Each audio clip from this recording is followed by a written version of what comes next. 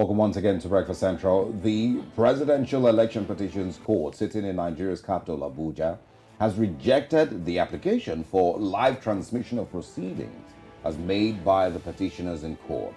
In a unanimous ruling on the interlocutory application, the five-member panel of justices held that the claim that it, of course, live broadcast will benefit voters has no utilitarian value on the matters before the court. Now recall that the presidential candidates of the People's Democratic Party (PDP), Atiku Abubakar, and the Labour Party Peter Obi had separately argued that the live transmission of the proceedings had become necessary due to the public interest and concern generated by the outcome of the February 25th presidential elections.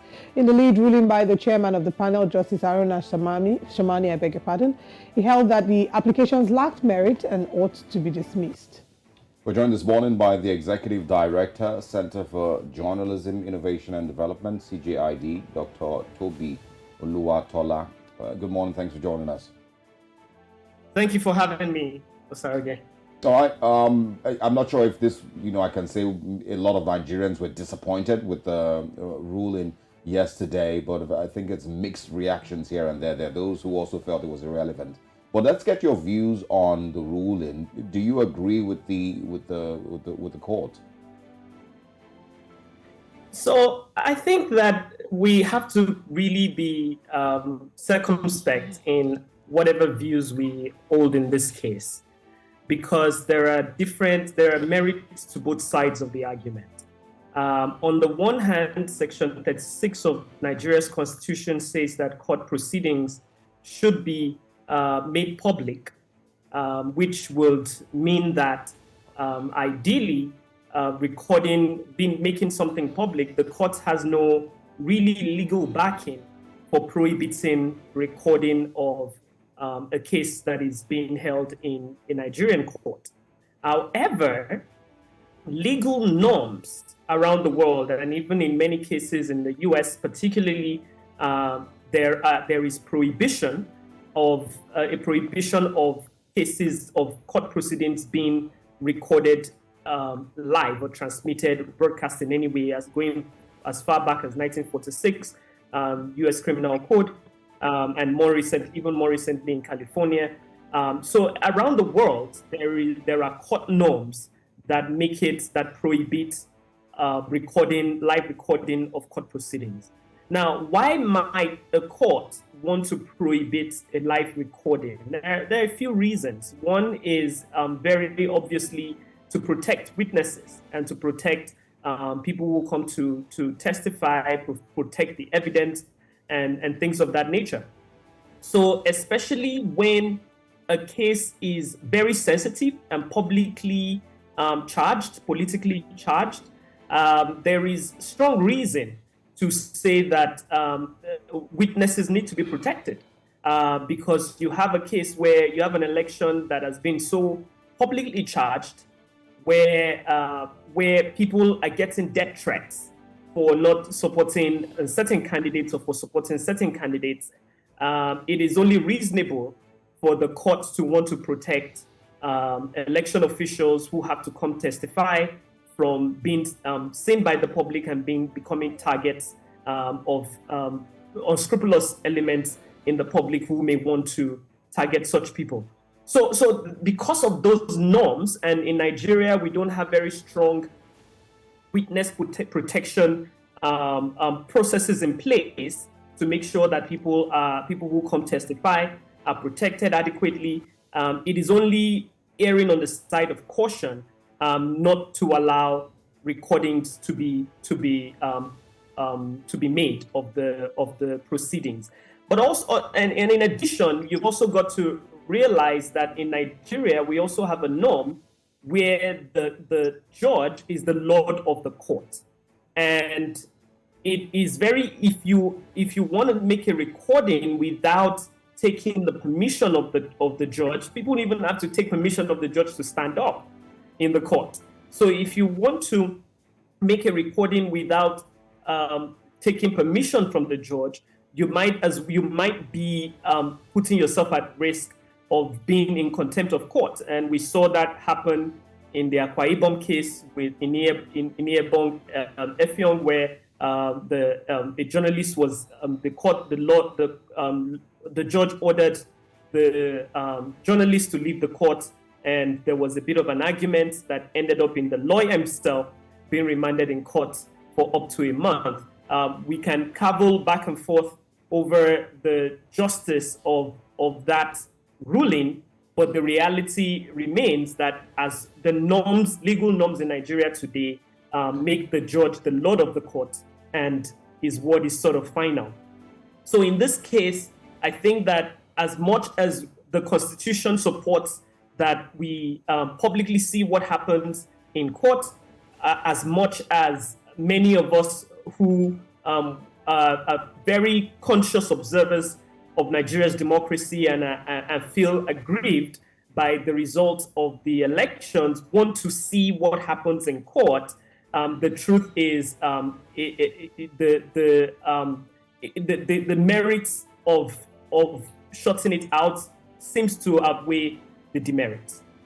I mean, you've highlighted the fact that this is a sensitive case, and we all will agree that it is quite a sensitive matter, as there are divided opinions as to what the outcome of the elections should have been.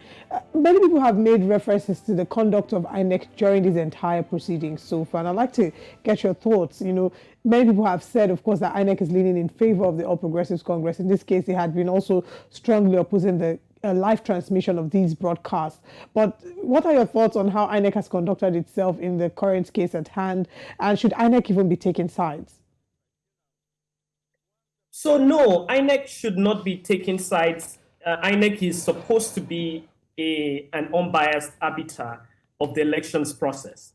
But you've got to also recognize that the way Nigeria's Electoral Act of 2022 is written is such that if you want to raise a petition against an election petition, the defendants in the petition have to include the political party that you ran against, the candidates that you ran against, as well as the electoral umpire who has declared a winner in the election. So INEC has to come and defend the results that they have announced.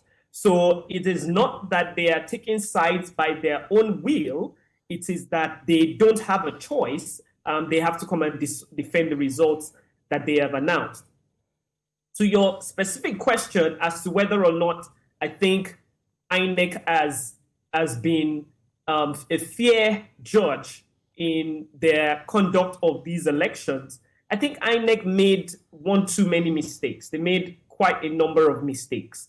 There were states in which INEC officials clearly were being partisan, but there were also cases where INEC officials were held hostage against their will by politicians to do certain things, and there were also cases where INEC officials did the best they could to uphold the highest standards of fairness.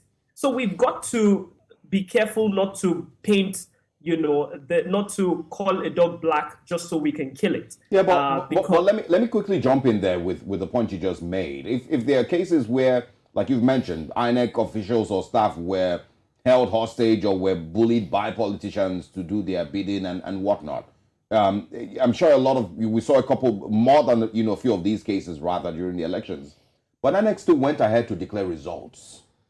As a body, as an electoral body, if you say that, in these places, in these, polling units, in these areas, our staff were bullied by politicians, they had their arms twisted by politicians, and you still go ahead and declare results, you're as guilty as a politician. I personally don't see anything different between what INEC has done and what allegations are against the politician. If you go ahead and still declare those results without any issues.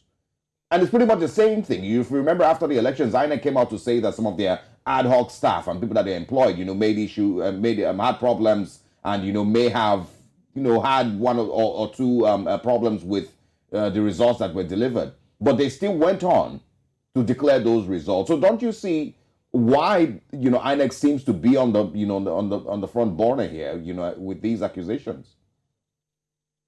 That's a good point, sir. Because when you look at places like Rivers State and Imo State, where the results were clearly a huge aberration or affront to democracy and to the voters, there was enough grounds for INEC to say the Electoral Act does give the returning officer in those states the prerogative to say that elections have to be, because of the amount of violence, because of the amount of irregularities that happen, the elections in those states could have been rerun.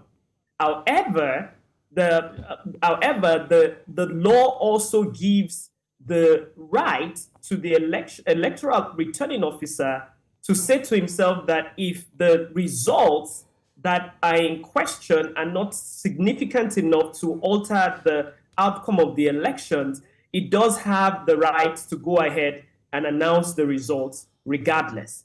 And that was the prerogative that the electoral umpires took.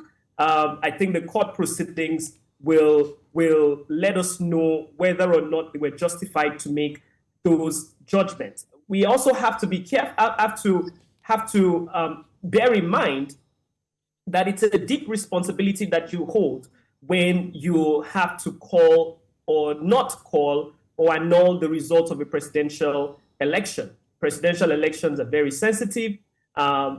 Taking one side over any other will lead to consequences. And we saw what happened with the June 12 election annulment till tomorrow. There are people who but unfortunately, live on in the infamy unfortunately, for I'm sure that there are people that would argue. I'm sure there are people that argue that we shouldn't, in the bid to build our democracy, we can't live with the threat of, oh, remember June 12, or accept it the way that it is. It's not perfect, but remember June 12, or just, don't complain, accept it the way that it is. We're not going to build on the electoral process like that. We're not going to build on our democracy like that if we continue that way.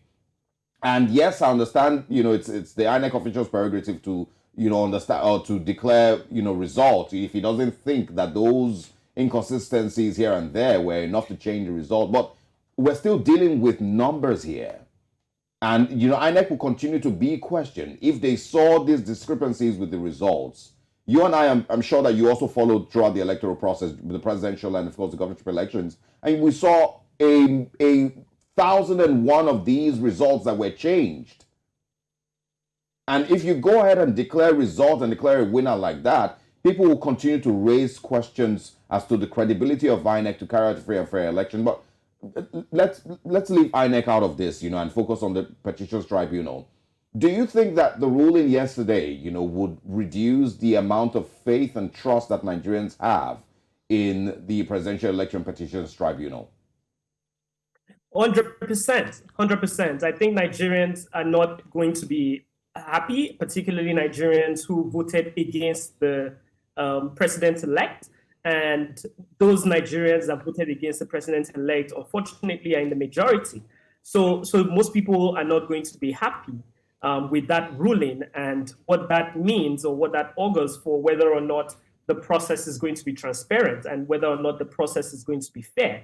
But we also have to, again, part of our job as media is to also explain things to people, why certain things have to be the way they are. Because the people on the streets may not always understand the various nuances. And in the end, it is really the job of the media, you and the media, to sort of explain why the other sensitive reasons why certain things have to be held a little closer to the chest. Not to say that the proceedings will still not be public to some degree. The proceedings will still be public to some degree. The lawyers, the people, the evidence that is presented will still be public to some degree because that's what the Constitution says. But during the process of the election, so as not to sway the court, there are times when especially in sensitive cases like this, where things need to be kept a little behind. That said, personally, I'm a huge advocate for transparency. I think that when you don't, anything that is done in the dark is suspect. So whereas we can be big advocates, but I think it's possible to have to hold two conflicting ideas in your head and be able to make sense of both ideas. One is the just desire for transparency, but at the same time, an understanding of the need to protect witnesses, but also an understanding of the sensitivity of whatever happens in that room and what the longer-term implications for our democracy. I think that there was a huge risk, and I don't know if many people consider it a risk. There were forces in this election process who did not want this process to happen, who did not want a handover to happen, who wanted to be able to continue to run an interim government of some sort.